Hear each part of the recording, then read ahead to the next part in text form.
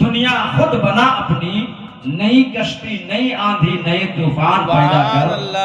حضرات آج پوری دنیا کا جائزہ لے لیا جائے کہ آج پوری دنیا اسلام کے پیچھے پڑی ہوئی ہے۔ یقیناً عزیزان گرامی، ایک اسلام ہے جس کے پیچھے امریکہ بھی ہے، ایک اسلام ہے جس کے پیچھے جاپان بھی ہے، ایک اسلام ہے جس کے پیچھے آپ کا اسرائیل بھی ہے، ایک جاپان ہے جس کے پیچھے آپ کا فرانس بھی ہے، ایک اسلام ہے۔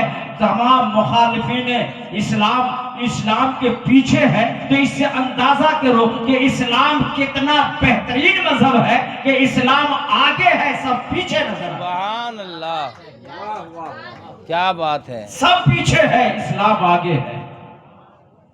تو اسلام کل بھی تھا، آج بھی ہے، صبح قیامت تک رہے گا۔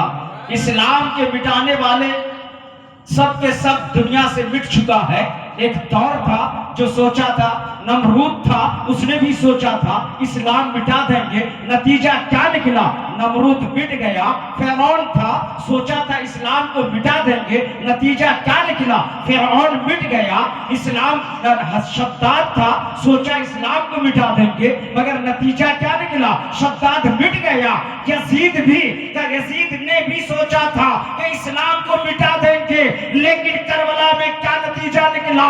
حسین نے جنیزے پہ چڑھ کر کے قرآن سنا کے دنیا کو بتا دیا ہے کہ اسلام نہ تو آج مٹ سکتا ہے، نہ کل قیامت تک مٹ سکتا ہے۔ بے شک بے شک، نعرہ تکبیر، اللہ، نعرہ رسالت، یا رسول اللہ، اعلی حضرت، زندہ باد، شہید میلاد النبی، زندہ باد، شہید میلاد النبی، زندہ باد۔ تو اسلام کل بھی تھا، آج بھی ہے، صبح قیامت تک رہے گا۔ اور لوگ کہتے ہیں کہ مسلمانوں کے ساتھ ظلم ہو رہا ہے، لوگ کہتے ہیں کہ مسلمانوں پہ بڑا ظلم ہو رہا ہے، اور ہندوستان کے مسلمان بڑا خوف زدہ محسوس کر رہا ہے۔ یقیناً میں کہنا چاہتا ہوں کہ اے مسلمانوں، تمہیں خوف زدہ ہونے کی ضرورت نہیں ہے، بشرطے کہ اپنے اعمال کو سدھار لو۔ جب مسلمانوں کے اندر سے اعمال خراب ہوتا گیا ہے، مسلمان پٹتا گیا ہے۔ ایک دور تھا، آپ نے سنا ہوگا، چنگیز خان کا نام آپ نے سنا ہوگا، جس نے بڑا ظلم و بربریت کا پہاڑ توڑا تھا، جس نے کہا تھا کہ ہم بغداد کو مٹا دیں گے۔ یقیناً عزیزان گرامی، جب چنگیز خان نے اپنا سپہ سالار بغداد کو بھیجا، جب سپہ سالار بغداد کے قریب پہنچا، وہاں کے لوگ دوڑتا ہوا ایک اللہ کے ولی حضرت جام رحمت اللہ علیہ کی بارگاہ میں آیا۔ آنے کے بعد کہا، اے اللہ کے ولی، آپ کچھ تو دعا فرمائیے، آپ دعا فرمائیے تاکہ اس چنگیزی طاقت سے بغداد بچ جائے۔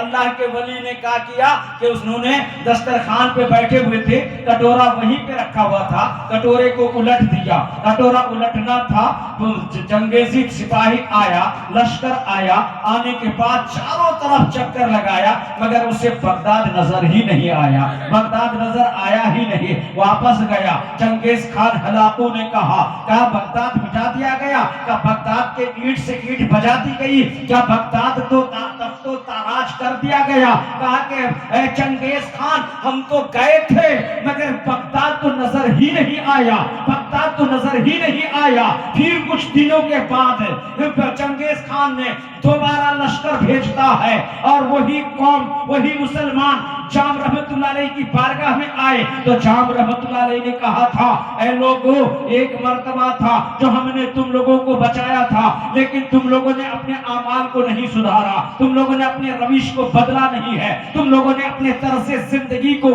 بدلا نہیں ہے، بلکہ تم نے وہی بے راہ روی اور وہی تم رقص و سرور کی محفلوں کو گرم کرتے رہے۔ دیکھ نتیجہ کیا نکلا ہے۔ لوگوں نے کہا ایک بار اور چاند سے دیکھ دیجئے، ایک بار اور آپ جو ہے ہم لوگوں کو بچا لیجئے۔ حضرت جام رحمت اللہ علیہ نے کٹورے کو پھر الٹ دیا، کٹورا الٹ دیا، لشکر آیا، دیکھا بغداد نظر نہیں آیا، واپس گیا، کہا چنگیز خان نے کیا بغداد مٹا دیا گیا ہے؟ کہا نہیں، بغداد نظر ہی نہیں آیا۔ کہا کیسی باتیں کرتے ہو، اتنا بڑا شہر جس کے جگمگ سے لائٹوں سے آنکھیں چندھیا جاتی ہے، اور تم کہتے ہو نظر نہیں آیا ہے؟ کہا ہاں ہم گئے تھے، نظر نہیں آیا۔ جاؤ، چنگیز خان نے کہا اب میں خود جاؤں گا، بغداد کو مٹاؤں گا، اب میں خود جاؤں گا، بغداد کو مٹا کے رہوں گا۔ یقیناً عزیزان گرامی، جب لشکر واپس چلا گیا تھا تو جام رحمت اللہ علیہ نے اس بغدادیوں سے کہا تھا اے لوگو اپنے اعمال سدھار لو، اللہ کی بارگاہ میں گر گڑاؤ، توبہ کرو، سابقہ گناہ سے معافی مانگو، اللہ معاف کرنے والا ہے۔ لیکن اس قوم نے نہیں مانا، برائی کو نہیں چھوڑا، برائی کرتا رہا اور اپنے منمانی کرتا رہا۔ ایک دن ایسا ہوا چنگیز خان ہلاکو خود سپہ سالار بن کر کے آیا اور بغداد کو چاروں طرف سے گھیر لیا۔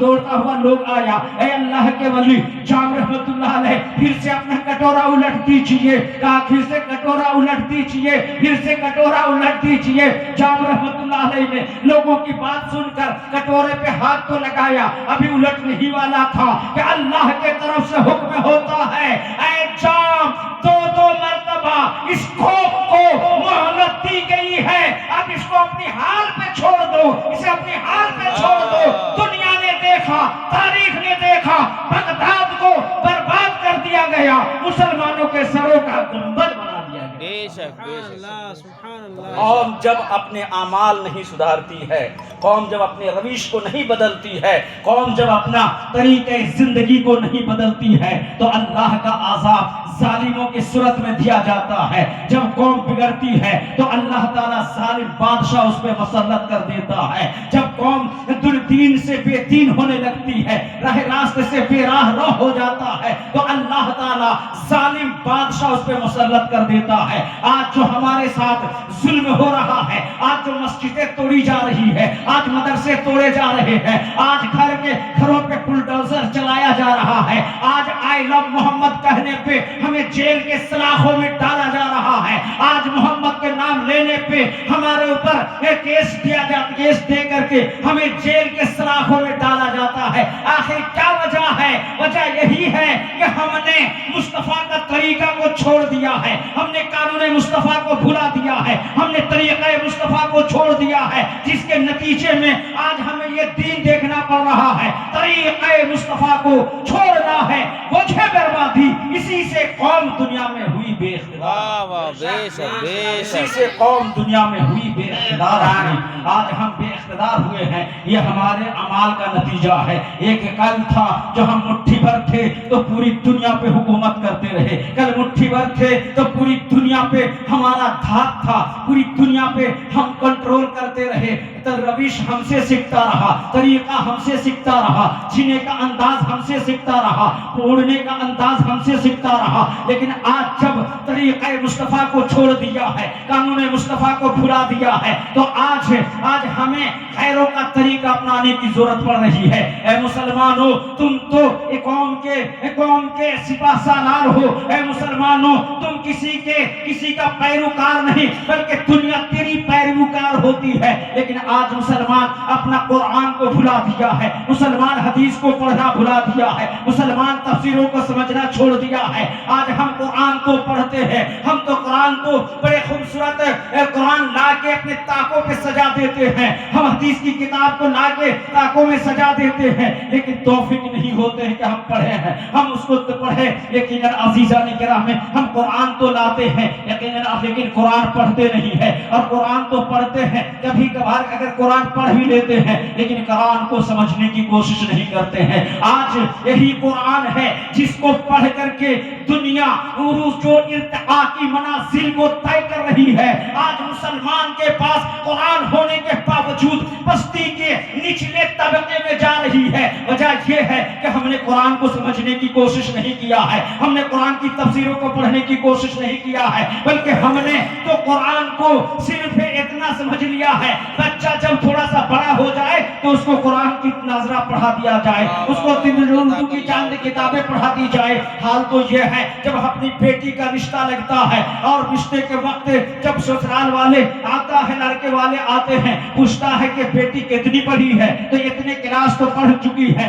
دینی تعلیم تو مکمل کر دیا حضرت, دینی تعلیم مکمل ہے, دینی تعلیم مکمل ہے, دینی تعلیم مکمل ہے. میں نے کہا کیسے؟ کہا کہ قرآن شریف ناظرہ مکمل پڑھ لی ہے, اردو کے 2-4 کتاب پڑھ لیا ہے. تو جس قوم کے سوچ یہ ہو جائے گا اپنی کتاب قرآن کے تعلق سے, جو صرف ناظرہ پڑھ لینے کے بعد یہ کہے کہ دینی تعلیم مکمل ہو گیا ہے, ارے دینی تعلیم کے تیز سے اس کا تعلق نہیں ہے, اور کہتے ہیں ہم نے دینی تعلیم کو مکمل کر لیا ہے. اگر آج ہم دین کو سمجھ لیتے, اسلام کو سمجھ لیتے, آج اگر ہم اپنے گھروں پہ اپنی بچیوں کو دینی تعلیم سے آراستہ کرتے, تو آج پورے اس بنگال سے ہزاروں ہزار لڑکیاں باہر نہیں گئی ہوتی, ہزاروں ہزار لڑکیاں دین سے بے دین نہیں ہوئی ہوتی. اس لیے کہ ہم تو گھر میں اپنے اسلامی ماحول نہیں بناتے ہیں, لڑکیوں کو اسلامی تعلیم نہیں دیتے ہیں, لڑکیوں کو یا لڑکوں کو اسلام کے بارے میں نہیں سمجھاتے ہیں کہ اسلام کیا ہے, اسلام کا درس کیا ہے, اسلام پہ چلنے سے فائدہ کیا ہے. صرف ہم اپنے بچوں کو ترقی کے مناصب کو تو دکھاتے ہیں, بیٹا بڑا پڑھ لو تم کامیاب ہو جاؤ گے, ڈاکٹر بن جاؤ گے, بیٹا کوشش کرو وکیل بن جاؤ گے, بیٹا کوشش کرو تمہارے وقت کے جج بن جاؤ گے, بیٹا کوشش کرو فلسفی بن جاؤ گے. ہم تو اپنے بیٹے کو وکیل تو بناتے ہیں, اپنے بیٹوں کو ڈاکٹر تو بناتے ہیں, اپنے بیٹے کو فلسفی بنانے کی کوشش تو کرتے ہیں, لیکن اپنے بیٹے کو حافظ قرآن نہیں بناتے ہیں, بیٹے کو عالم دین نہیں بناتے ہیں, بیٹے کو دین سمجھنے والا نہیں بناتے ہیں. جس کی بنیاد پہ آج ہمارا حال ہے کہ ہم غیروں کے پاؤں کے تلے کا فٹ بال بنے ہوئے ہیں. کبھی ہمیں حکومت وقت کے پاؤں کے تلے جانا پڑتا ہے, کبھی غیروں کے پاؤں کے تلے جانا پڑتا ہے. آخر ایسا کیوں ہے؟ اس لیے کہ ہم نے دین کو پلائے پشت ڈال دیا ہے, دین کو ہم نے اولاد کو سمجھانے کی کوشش نہیں کی ہے. آخر بیٹیاں مرتدہ کیوں ہو رہی ہے؟ اس لیے کہ اپنے بیٹی کو اسلام سمجھایا ہی نہیں ہے. بیٹی اسلام کیا ہے؟ اگر اسلام پر چلو گی, اگرچہ بھوکا رہنا پڑ جائے اسلام پہ قائم رہے گی, اگرچہ تکلیف ہونا پڑے, اگرچہ پھٹا پرانا لباس ہی پہننا پڑے. اے بیٹی دنیا 4 دن کی ہے, دکھ تکلیف سے تو زندگی گزر سکتی ہے, لیکن اگر دین پہ قائم رہی تو مرنے کے بعد جب قبر پہ جاؤ گی تو اللہ تعالیٰ نورانی لباس سے تجھے مزین کرے گا, اللہ تعالیٰ تیری قبر کو روشن کرے گا, اللہ تعالیٰ تجھے قیامت میں جنت عطا فرمائے. لیکن ہم تو اپنی بیٹیوں کو سمجھاتے ہی نہیں, بیٹوں کو سمجھاتے ہی نہیں ہے, خالی دنیا سمجھا رہے ہیں, جس کے وجہ سے آج سلمان کا بچہ جو اسکول میں پڑھتا ہے, جس کو دین سے دور ہے, وہ بھی کہتا ہے کہ اسلام کیا ہے, اسلام کیا ہے. اور جو غیروں کا دیا ہوا جملہ ہے, جو غیر اسلام مخالفین کا دیا ہوا جملہ ہے کہ اسلام دہشت گرد ہے, اسلام ظلم کو ہوا دیتا ہے, اسلام ظلم و بربریت کو پرچار کرتا ہے, یہی ہمارا بچہ اخباروں کے ذریعے سے, موبائل کے ذریعے سے پڑھ کر کے یہی سوچتا ہے کہ اسلام کی یہی تعلیم ہے, اسلام اتنا بڑا ہے کہ بم بلاسٹ کر رہا ہے, اسلام ایسا کر رہا ہے. اے لوگوں, ارے اسلام وہ مذہب ہے, ہمارا مذہب تو وہ ہے, ارے خون بہانے کی بات کرتا ہے. میرے مصطفیٰ فرماتے ہیں اگر تم دریا کے کنارے پہ بھی وضو بنا رہے ہو, تالاب کے کنارے پہ وضو بنا رہے ہو, تو اتنا ہی پانی کا استعمال کرو جتنا وضو میں ضرورت ہے, اس سے زیادہ نہ بہاؤ. تو جو قوم وضو میں زیادہ پانی نہیں بہاتی ہے, وہ قوم کسی کا خون کیسے بہائے؟ سبحان اللہ. جو اسلام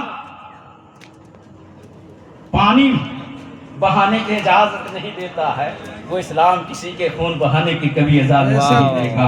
اسلام سلامتی کا مذہب ہے, اسلام سلامتی کا پیغام دیتا ہے, اسلام جینے کا انداز دیتا ہے, اسلام اصول کا پابند بناتا ہے, اسلام راہ راستے پہ چلنے کا درس دیتا ہے, اسلام ہمیں عروج و ارتقاء کے منزل کو پانے کا ذریعہ بتاتا ہے. لیکن آج ہم ہیں جو اسلام کو نہیں سمجھ رہے ہیں, آج ہم ہے جو اسلام سے دور بھاگ رہے ہیں، آج ہم ہیں کہ اسلام سے دور بھاگ رہے ہیں۔ یہ اسلام ہی ہے جو ماں سے محبت کرنے کا درس دیتا ہے، اسلام ہی ہے جو باپ کے ساتھ ہے، باپ کے ساتھ بھلائی کرنے کا درس دیتا ہے، اسلام ہی ہے کہ ماں باپ کے ساتھ حسن سلوک کرنے کا طرز ادب دیتا ہے۔ یقیناً عزیزان گرامی، اگر غیر کے قوم کو دیکھیے، غیروں کے قوم کو دیکھیے، جب بچہ پیدا ہوتا ہے، اگر پڑھا لکھا بڑا پیسے والا ہے، بچہ پیدا ہوتا ہے تو بچے کو کسی آشرم میں دے دیتا ہے، اس پہ خرچہ کرتا ہے، لیکن پلٹ کے کیا نتیجہ نکلتا ہے کہ جب یہ بڑھاپے کو پہنچتا ہے، وہ بچہ پڑھ لکھ کر کامیاب ہو جاتا ہے، جب وہ اپنی نوکری پہ لگ جاتا ہے، اپنے کام پہ لگ جاتا ہے، ماں بڑھاپے کو پہنچ جاتا ہے، اٹھنے بیٹھنے کا لائق نہیں رہتا ہے، تو اس پہ پیسہ خرچہ کرتا ہے، اسے اناتھ آشرم میں ڈال دیتا ہے، تاکہ کیوں یہ بدلہ ہے، جب میں پیدا ہوا تھا تو تم نے بھی مجھ پہ پیسے خرچے کیے تھے، روپیے خرچہ کیا تھا، آج تمہارا بیٹا تیرے ساتھ وہ کر رہا ہے۔ لیکن اسلام یہ کہتا ہے، اسلام کے گھروں کا یہی ہے، جب ہمارا بچہ پیدا ہوتا ہے، ماں اپنے سینے کے دودھ پلا کے اس کو جوان کرتی ہے، بڑا کرتی ہے، اور جو اس کے بچے کے ساتھ بڑا پیار سے پیش آتی ہے۔ یقیناً عزیزان گرامی، بڑا اچھی معاملہ ہو گیا ہے، آج لوگ اپنے بیٹے کو سینے میں نہیں سٹاتا ہے، بڑے لوگ بچوں کو سینے پہ نہیں سٹاتا ہے،